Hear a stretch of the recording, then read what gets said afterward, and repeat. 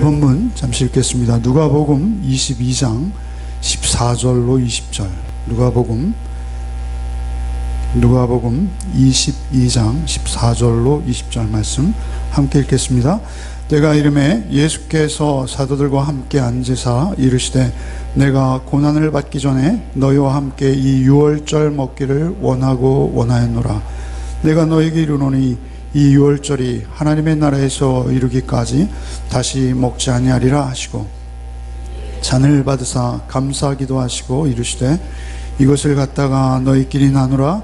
내가 너에게 이르노니 내가 이제부터 하나님의 나라가 임할 때까지 포도나무에서 난 것을 다시 마시지 아니하리라 하시고 또 떡을 가져 감사하기도 하시고 떼어 그들에게 주시며 이르시되 이것은 너희를 위하여 주는 내 몸이라. 너희가 이를 행하여 나를 기념하라 하시고 저녁 먹은 후에 잔도 그와 같이 하여 이르시되 이 잔은 내 피로 세우는 새 언약이니 곧 너희를 위하여 붓는 것이라. 아멘. 우리가 너무나 잘 알고 있는 바로 그 말씀입니다. 중요한 것은 우리가 성경을 어떠한 관점으로 읽는가가 중요합니다. 성경을 읽을 때 우리가 어떤 책을 읽는다는 것 말이죠. 그 책의 어떤 특성에 맞추어서 읽는 것입니다. 가령 에드가 앨런 포인가요? 그 탐정이나 추리 소설을 읽을 때는 사실은 그 내용이 이렇게 어떤 과정을 가지고 전개되잖아요. 그러고 하면 어떤 산문이나 시집을 읽을 때는 그 전후 사정 관계없이 우리가 그냥 읽을 수 있고 이런 특징이 있죠. 성경을 읽을 때 우리에게 엔진이 있다 이런 말씀 들으셨을 거예요. 엔진 뭐죠? 성경을 이해하고 성경의 스토리의 전후 맥락을 알면서 성경을 쉼없이 그 깊은 뜻을 다 알 수는 없겠으나 그래도 추진력을 가지고 읽어 나가기 위해서 우리에게 반드시 필요한 것은 성경을 보는 관점이라는 것입니다. 그래서 성경을 한마디로 우리가 요약하면 뭐예요? 우리가 늘 알고 있습니다만 늘 성경을 보면서 읽을 때 놓치지 말아야 될 관점. 그것은 무엇입니까? 성경은 약속입니다. 약속. 하나님께서 우리와 약속하시는 책입니다. 하나님께서는 우리가 약속을 하실 아무런 의무도 아무런 책임도 없으세요. 그런데도 불구하고 하나님께서 우리를 찾아오셔서 일방적으로 약속을 주시는 책이에요. 그래서 성경을 읽을 때 아담에게 약속을 주시고, 그죠? 계속 약속하세요.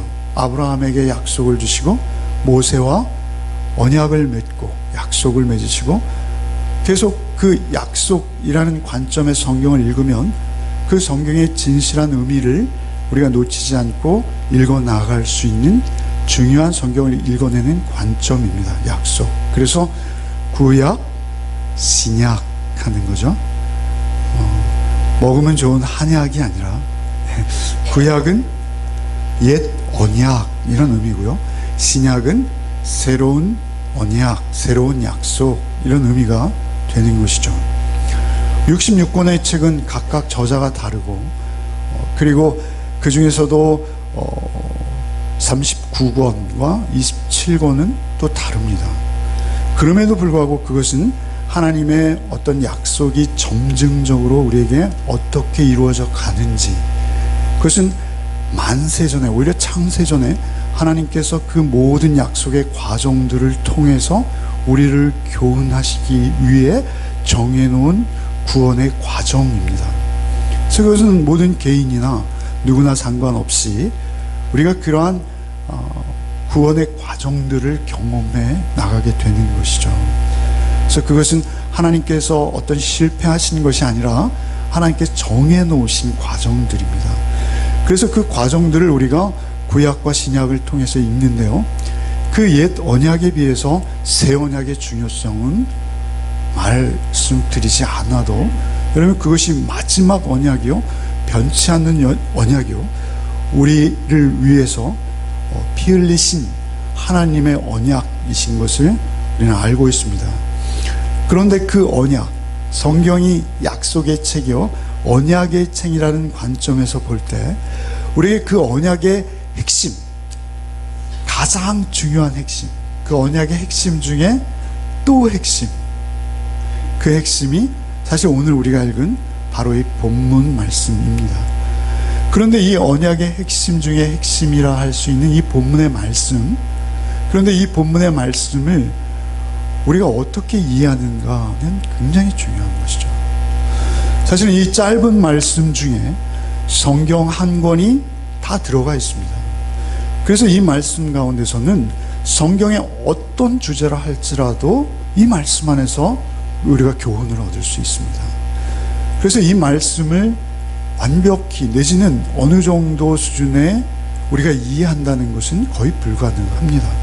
그럼에도 불구하고 오늘 이 말씀을 같이 묵상할 때 전체적인 의미와 그 환경을 한번 대략적으로 짧은 시간을 통해서 보고, 그리고 그 다음에 그 안에 있는 한 가지 의미를 우리가 더 깊이 묵상하려고 합니다. 먼저 이 말씀에 보시면 때가 이름에 예수께서 사도들과 함께 앉으사 이렇게 말씀하시죠.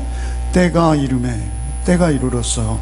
그것은 예수께서 누가복음에서 보시면 예루살렘을 향하여, 예루살렘을 향하여 이런 표현이 많이 등장하죠. 그런데 그 예루살렘을 향하셔서 드디어 6월절 그 저녁, 그 제자들과 함께 한 상에 둘러앉은 그때를 말씀하시는 것이기도 하고요. 그러나 좀 더 거시적인 관점에서 그 시간의 전체를 조명해 볼 때는 사실은 예수께서 그 새로운 마지막 당신의 약속을 성취하시기 위해서 그 행위를 구체적으로 우리에게 보이실 때, 그러니까 사실은 성경에서 가장 중요한 최정점에 그 약속을 성취하실 바로 그때를 이루는 것이기도 하시죠. 그래서 때가 이름에 예수께서 사도들과 함께 앉으셨어요. 다 불러 모으셨어요. 한 사람도 예외 없이 그 식사 자리, 그 식탁에 둘러 앉았습니다. 앉아서 15절에 이르시되 내가 고난을 받기 전에 너희와 함께 이 유월절 먹기를 원하였노라 말씀하세요. 이것은 굉장히 강조하시는 것이죠. 아주 간절히 원했다라는 것입니다. 그래서 이 유월절의 어린 양의 식탁과 그리고 되어질 일들은 사실은 하나님께서 원하고 원하시고 하나님의 열심과 하나님의 성실, 하나님의 사랑으로 일방적으로 하나님으로부터 우리에게 이르게 되는 약속이요, 또한 그 때요, 그 자리요, 그 사건들이라는 것을 우리가 먼저 잊지 않는 것이 가장 중요할 것입니다. 그래서 원하고 원하였다, 이렇게 간절함을 예수께서 당신의 심정을 말씀하세요. 16절에 내가 너에게 이르노니 이 유월절이 하나님의 나라에서 이르기까지 다시 먹지 아니하리라. 이 말씀은 유월절과 그 옛 언약을 대표하는 유월절, 이스라엘이 출애굽할 때 어린 양을 죽여서 그 피를 문설주에 바르고 그들이 그 육체적 자유를 얻었던 그 유월절, 그죠? 그리고 이제 예수께서 직접 당신의 피로 우리를 구원해내시는 그 십자가의 대속의 그 죽으심, 그리고 사실은 그 유월절이 또 있습니다. 어디에 있습니까? 계시록 19장에 어린 양의 혼인잔치에서 그 유월절이 완전히 성취되는 것입니다. 유월절은 우리가 구원의 과정으로 볼 때 우리가 출애굽기에서 우리의 육신의 자유를 얻는 이런 유월절이 있는가 하면, 또 예수께서 그 피를 흘리셔서 그 죽음으로 우리를 대속해 내시는 그 두 번째 유월절, 그것이 우리가 오늘 표현대로 하면 새 언약, 그 언약이 있는 것입니다. 그리고 그 언약이 있고요, 그리고 그 언약의 완전한 성취는 어디에서 일어난다는 것이죠? 저를 보시면 감사하겠습니다. 그 완전한 성취는 어디서 일어난다는 것이죠? 하나님 나라에서 직접 일어나는 것입니다. 그러니까 우리가 하나님의 사랑을 이야기하지만 그 사랑을 우리가 경험하는 것, 그런데 그것을 완전히 경험하는 것, 우리가 지금 이루지 못해요. 그죠? 하나님의 의로우신 통치를 여러분 경험한다는 것, 그것도 제가 늘 말씀드리지만 우리가 상상을 못해요. 우리가 이 땅에 어떤 많은 나라들이 명멸하잖아요. 그 나라의 최고 지도자가 통치하잖아요. 그죠? 그런데 그 어떤 나라든 그 나라에서 완전한 의의 실현될 수 없어요. 그죠? 언제나 차이가 있고요, 불평등이 있고요, 불의가 있습니다. 그런가 하면 완전한 사랑, 이것도 우리가 체험할 수 없는 것인데요, 그것이 완전한 6월절의 성취로 완전히 이루어지는 곳이 어디라는 거예요? 계시록 19장 어린 양의 혼인잔치에서 그것이 완전히 이루어지는 거예요. 그래서 우리가 그 나라를 꿈꾸고 소망하면서 완전한 의와 사랑이 이루어질 그날을 꿈꾸며 인내하며 우리의 나그네와 같은 인생을 감당하게 되는 것이죠. 그래서 예수께서는 하나님의 나라에서 이루기까지 다시는 먹지 아니하리라. 이제 주께서는 오히려 이 말세, 사실은 주님께서는 영원한 시간 속에서 이미 이루어질 일을 경험하시고 알고 계신 분, 유일하게 주님 한 분이시죠, 이 만찬 자리에서. 그런데 그 만찬에서 그때까지, 하나님의 나라가 이루기까지, 이루어질 그때까지 내가 이 땅에서 너희와 먹고 마시는 것은 없다. 내가 오히려 너희를 위해서 중보하며 기도하는 자리로 나가겠다, 이런 의미도 사실은 포함되는 것입니다. 중요한 것은 하나님의 나라 이루기까지 다시 먹지 아니라 하시고 이에 잔을 받아 감사 기도하시고 이르시되 이것을 갖다 너희께는 나누라. 내가 너희에게 이르노니 내가 이제부터 하나님의 나라가 임할 때까지 포도나무에 난 것을 다시 마시지 아니하리라. 두 번 동일한 말씀을 반복하셔서 강조하시는 것입니다. 원하고 원하였다. 너희가 이 두 번째 유월절을 잘 경험하고 그것을 기념해야 된다. 내가 다시 오기까지, 내지는 우리가 개인적 종말을 맞아서 하나님의 엄하신 심판대 앞에 서기까지. 사실은 어떠한 의미가 되었던 주께서는 이제 그 포도나무에서 난 것을 우리와 함께 마실 수는 없다라고 선언하시고, 또 떡을 가져 감사기도 하시고 떼어 그들에게 주시며 이르시되 이것은 너희를 내주는 내 몸이라. 너희가 이를 행하여 나를 기념하라. 기념하라 하셨어요. 이미 여러 번 들으셔서 알고 계시리라 여깁니다만, 구교 캐톨릭에서 말하는 화채설이라는 거 있죠. 그것은 아닙니다. 주께서 우리를 향해서 명령하신 것은 기념하라입니다. 그 떡을 먹을 때 우리의 입에 들어가면 살이 되는 게 아니에요. 그 물리적인 변화는 별 의미가 없어요. 오직 성령께서 임하셔서 그 살과 피의 의미를 알고 그것을 기념할 때 성령이 임재하셔서 그 예수가 우리 몸을 타고 흐르시는 거예요, 사실. 근데 중요한 것은 이를 행하여 기념하라 하시고 저녁 먹은 후에도 잔을 그와 같이 하여 이르시되 이 잔은 내 피로 세우는 새 언약이니 곧 너희를 위하여 붓는 것. 이거는 피를 부어드리는 레위기의 제사 행위를 암시하는. 그런데 오늘 우리가 특별히 같이 묵상하기를 원하는 것은 내 피로 세우는 새 언약이라는 말씀입니다. 저도 사실은 우리 두 집사님께서 찬양을 하시는데 눈물이 나서 아주 혼났습니다.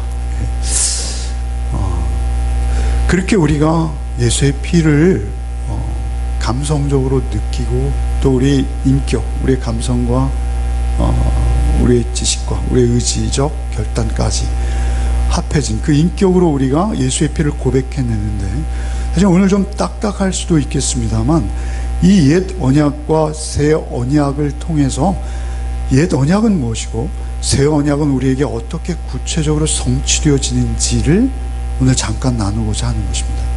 사실 이미 말씀드렸지만 이 말씀은 성경 전체를 요약한 것이요, 성경 전체가 오직 이 한 가지 주제를 우리에게 약속으로 전하고 계시는 초점이에요.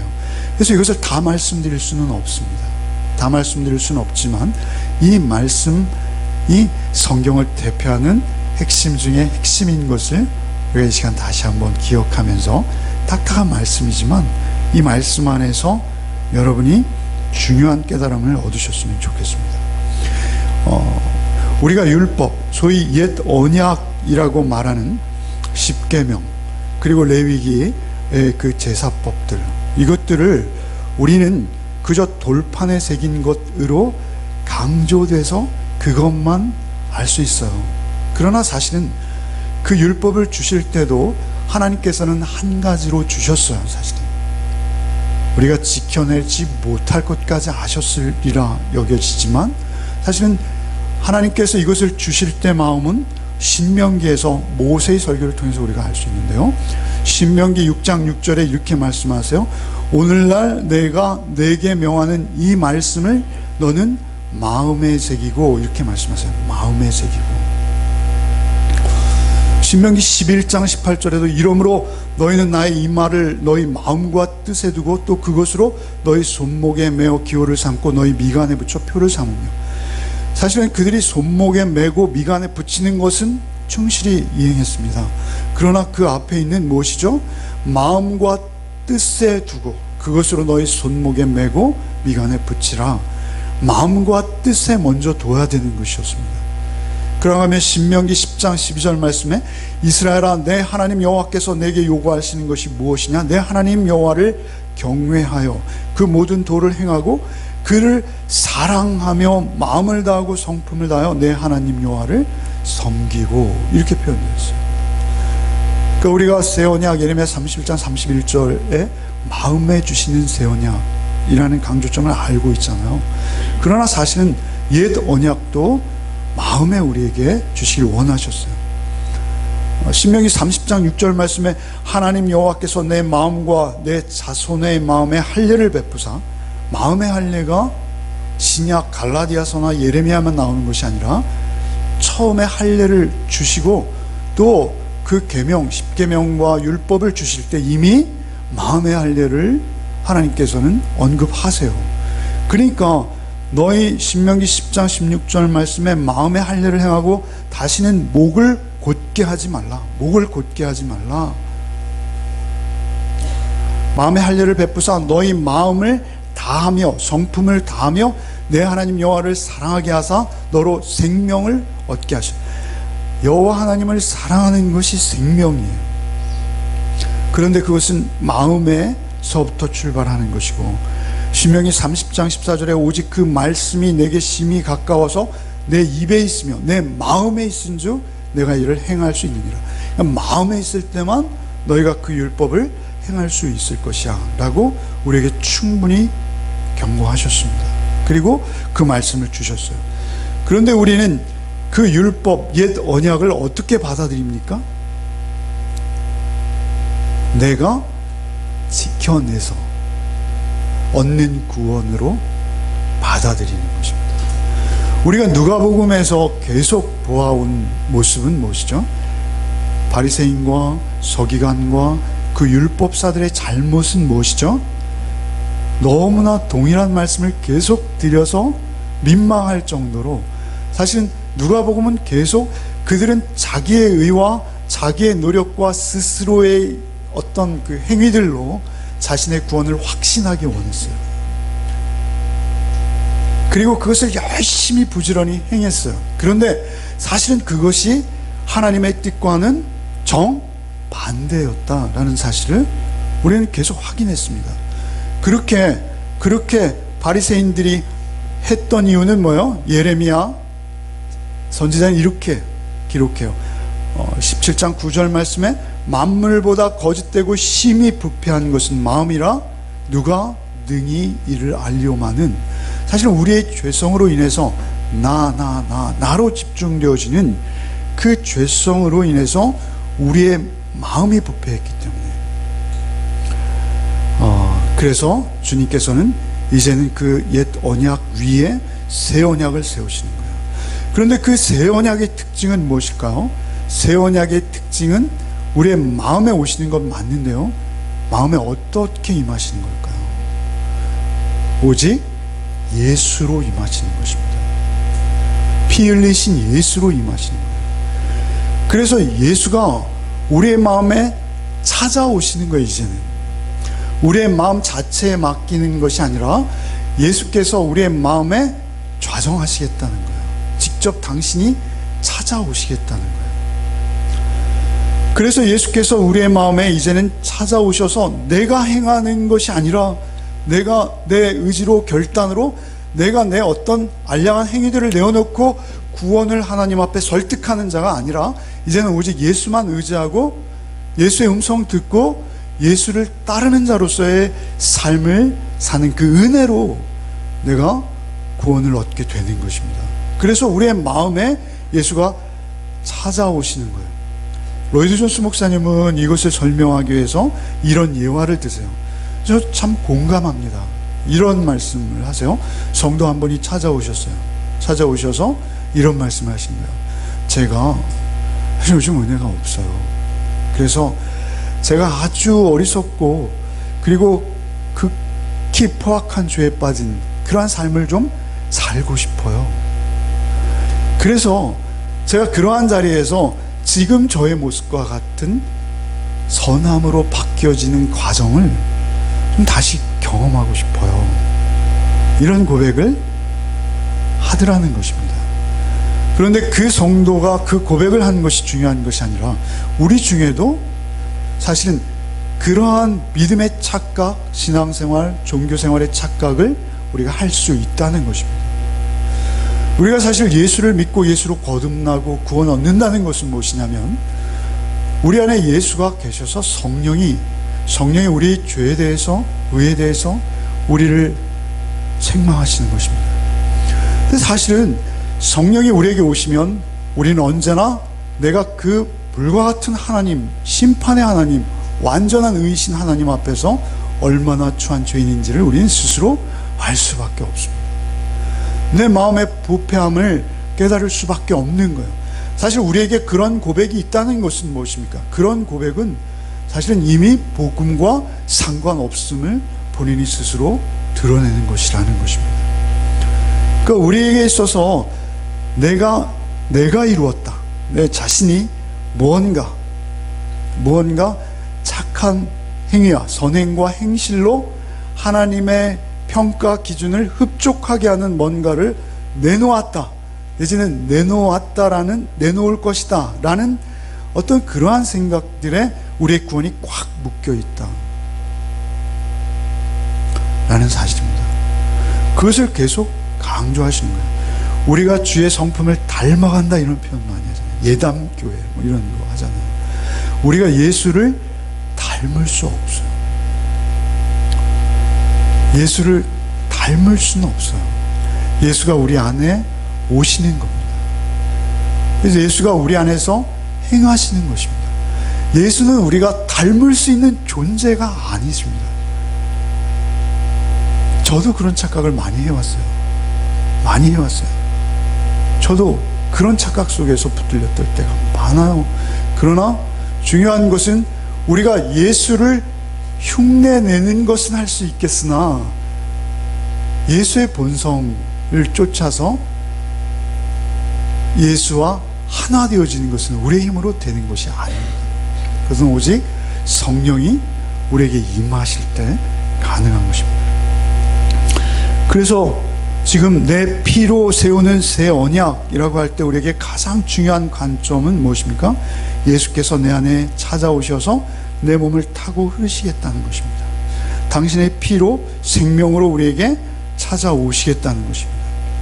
성찬으로 예수의 피를 기념할 때 우리가 읽는 성구, 너희는 우리로 말미암아 나타난 그리스도의 편지니 이는 먹으로 쓴 것이 아니오 오직 살아계신 하나님의 영으로 한 것이며 또 돌배 쓴 것이 아니오 오직 육체의 신비에 한 것이라. 육체의 신비, 마음의 비속에 했다는 것은 무엇입니까? 그것은 하나님의 영으로만 되어지고 하나님의 영으로 이루었다라는 그 언약인 거예요. 사실은 구약시대에 왕과 제사장들에게, 선지자들에게 부어졌던 그 영은, 성령은 이스라엘 백성으로 탁오르지 못했어요. 아니, 그들 자신도 사실은 불완전한 율법 조문과 섞여버리는 그러한 모습 속이었다는 거죠. 고린도후서 3장 6절 말씀에 이렇게 말씀하시죠. 저가 또 우리로 새 언약의 일꾼 되기를 만족해 하셨으니 율법 조문으로 하지 아니하고 오직 영으로 함이니 율법 조문은 죽이는 것이요 영은 살리는 것입니다.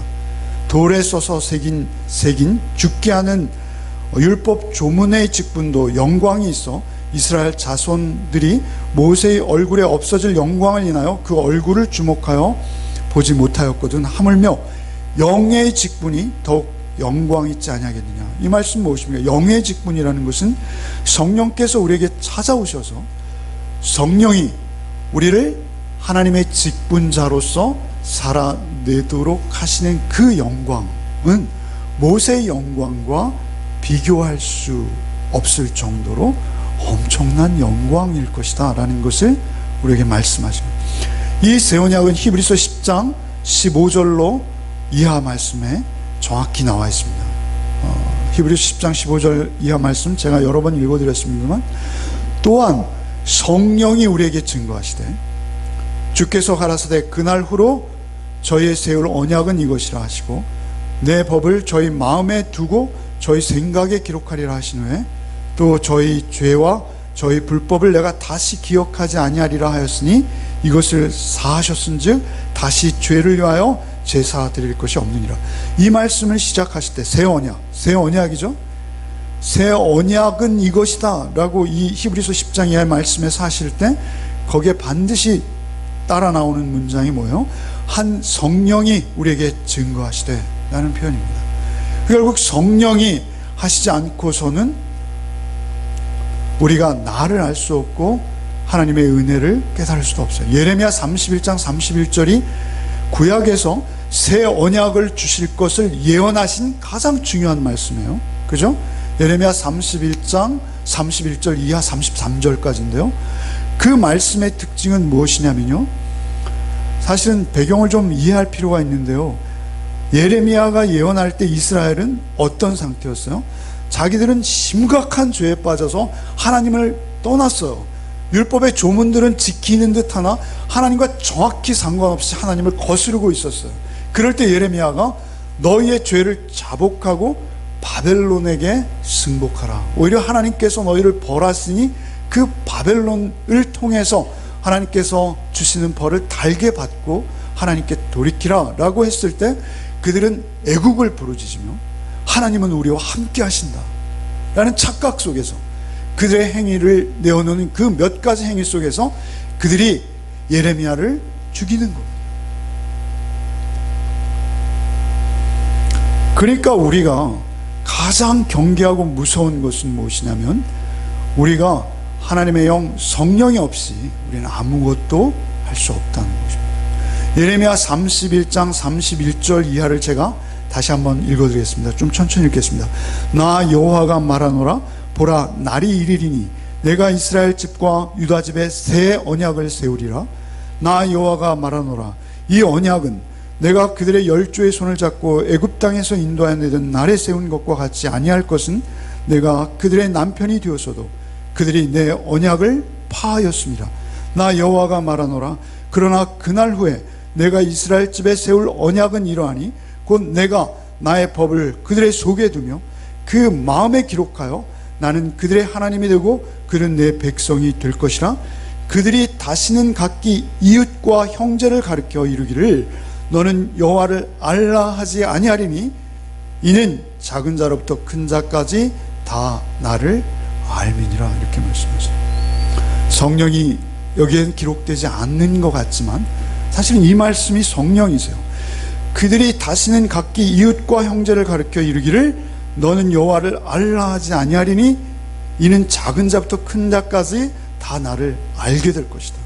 그날에는 다 나를 알게 될 것이다 라는 거예요. 그것은 하나님에 대한 어떤 설교나 강의가 아니라 성령이 여러분 안에 임하셔서 성령이 여러분 안에 그 사랑과 은혜를 알게 하시겠다라는 거예요. 그래서 큰 자부터 작은 자까지 그것을 서로 묻지 않는다는 거예요. 왜요? 유대인들에게 안다는 것은요, 지식적인 알을 말하는 게 아니죠. 그죠? 체험적인 알매요.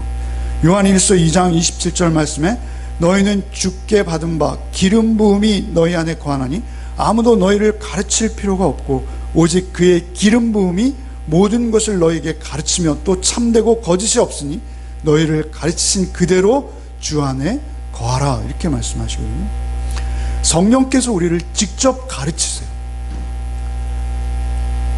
말씀이 우리에게 성령의 도우심으로 주의 음성으로 우리 안에 온전히 들려오는 거예요. 그래서 인간의 소리가 아닌 거예요. 그래서 여러분이 매일 큐티하고 묵상하실 때 그 말씀이 주의 음성으로 여러분에게 들려오시고 경험되는 거예요. 그 경험으로 사는 것이 맞습니다. 그래서 그 경험으로 사는 것이 우리가 새 언약 가운데 들어온 것입니다. 그것을 특별히 새 언약은 뭐로 이루신다는 거예요? 피로 이루신다는 것입니다. 피로. 살과 피를 먹고 마시라. 음식으로 당신 스스로를 제공하시겠다는 거예요. 여러분, 요즘 유행하는 게 뭐 음식 세라피인가요? 요즘 뭐 먹는 거에 우리가 관심이 많습니다. 근데 사실 음식은 우리가 먹으면 그것이 그대로 우리의 몸을 이루죠. 맞습니다. 그래서 음식을 먹으면 사실 무엇을 먹느냐도 중요하지만 우리가 그 안에서 필요한 것들을 섭취하죠. 부족한 것은 더 많이 섭취하고 필요 없는 것은 버리기도 하고, 중요한 것은 무엇을 잘 먹느냐도 중요하지만 중요한 것은 우리 몸이 그 음식을 먹어야 산다는 것입니다. 먹지 않으면 어떻게 돼요? 죽는 거죠. 네. 피골이 상접해지죠. 네. 죽는 겁니다. 먹어야 사는 것은 맞습니다. 그런데 우리가 식물을 먹던 동물을 먹던 우리가 먹을 때는 말이죠, 우리가 채식주의자가 되던 또는 육식도 하던 그 먹는 음식은 죽어야 됩니다. 죽지 않고 우리가 섭취할 수 있는 길이 없습니다. 죽어서 그래서 우리가 섭취하는 것입니다. 우리가 예수 죽인 자라는 것을 인정하는 것, 그리고 예수 죽인 자 맞는데 불구하고 내가 그 피와 그 살을 의지하지 않고는 내가 생명이 아니라는 것을 자각한 자가 구원 얻은 자입니다. 그래서 언제나 어느 자리에서 우리의 머리가, 우리의 지식이, 우리의 깨달음이 늘 그 피와 살을 먹지 않으면 내가 생명이 아니라는 것을 깨달아 한 상태로 있는 그 존재의 모습, 그것이 우리의 구원이라는 것입니다. 관계예요. 그러니까 우리가 내어놓는 어떤 행위가 아니라 하나님과 나와의 관계가 우리의 구원이라는 것입니다. 여러분, 가장 도덕적이고 가장 윤리적인 죄인이 있어요. 그리고 가장 야비하고 비열한 죄인이 있어요.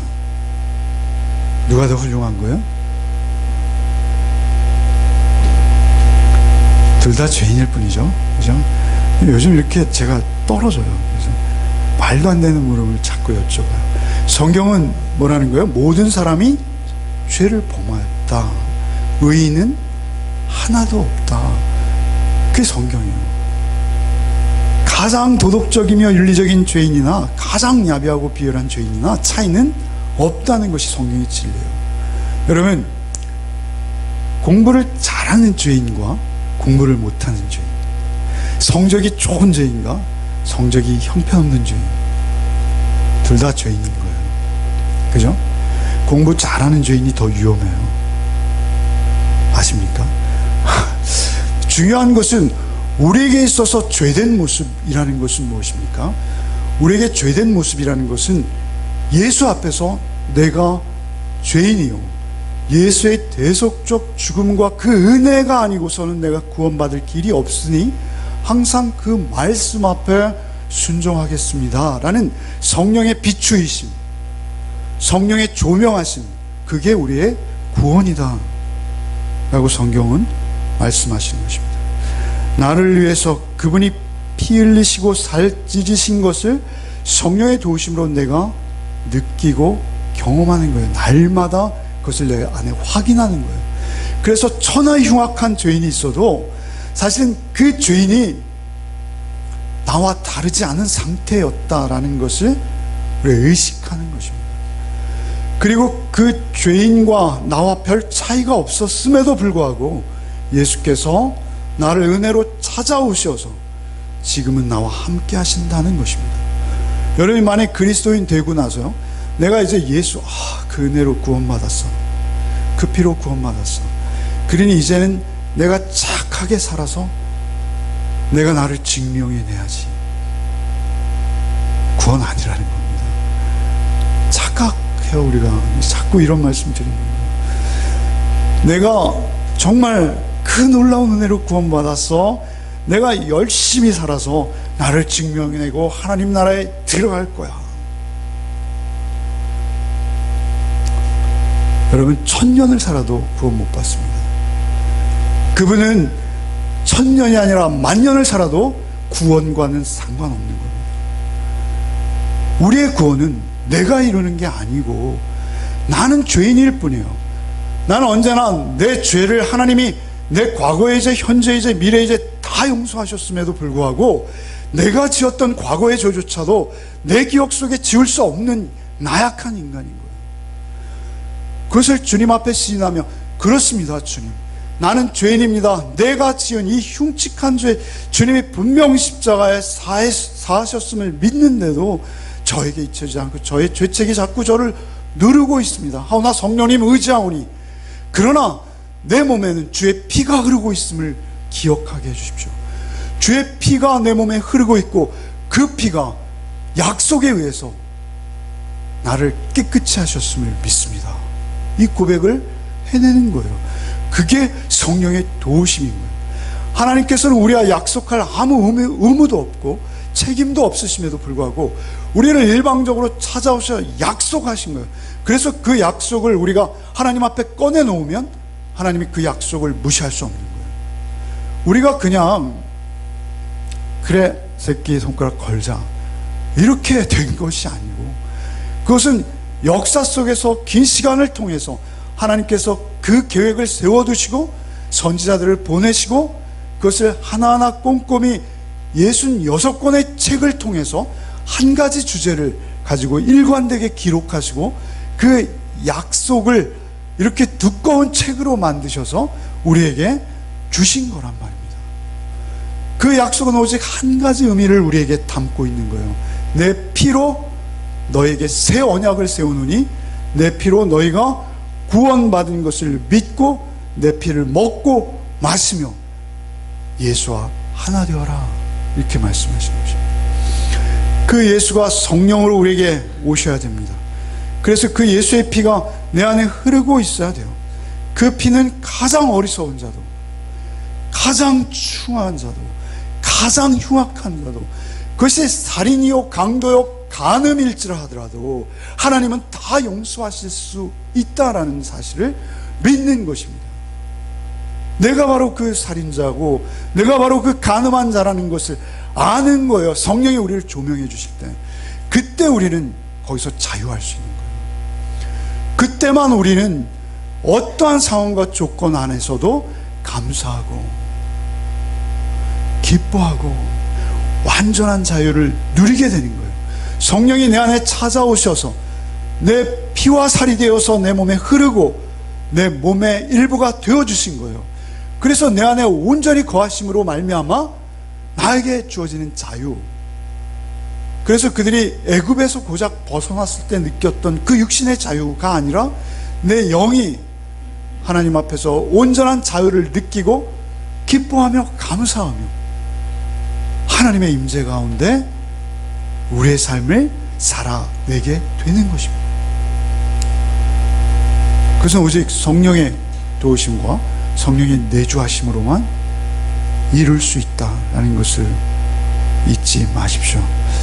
내 피로 세우는 새 언약, 내 피로 세우는 새 언약. 이 언약이 우리 삶에 가장 열악할 때, 우리 삶에 가장 힘들고 고난스러울 때, 여러분이 이 교회 안에서 여러분이 예배하는 자리가 아니라 여러분의 삶의 현장에서 여러분의 아내와 여러분의 자녀들과 여러분의 직장 동료들과 피부를 맞대고 그들과 살을 부비며 살아가는 그 자리에서 여러분이 이 피로 세우신 새 언약을 의지하고 그 언약을 기댈 수 있고 그 언약의 능력을 경험할 수 있게 하시겠다는 것입니다.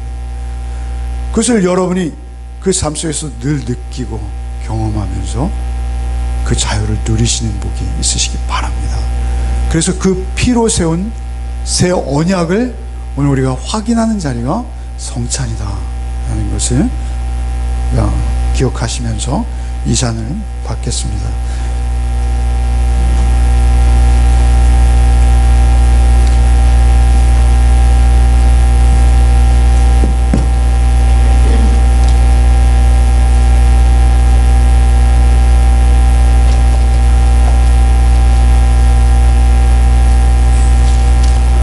빵은 주님의 살을, 포도주는 주님의 흘리신 보혈을 기념합니다. 우리가 이 빵과 포도주를 먹고 마시면서 우리 안에 더욱 주님이 충만히 임하시기를 기도하면서 이 성찬의 떡을 떼고 잔을 마시겠습니다. 잠시 기도하시겠습니다. 하나님 아버지, 주께서 말씀하시기를 이것은 나의 몸이라 너희를 위하여 준 것이니 너희는 이것을 행하여 나를 기념하라 하셨습니다. 주님 명하심을 쫓아 주님의 몸을 대신한 떡을 나누려 합니다. 우리의 심령에 성령님 함께하여 주옵소서.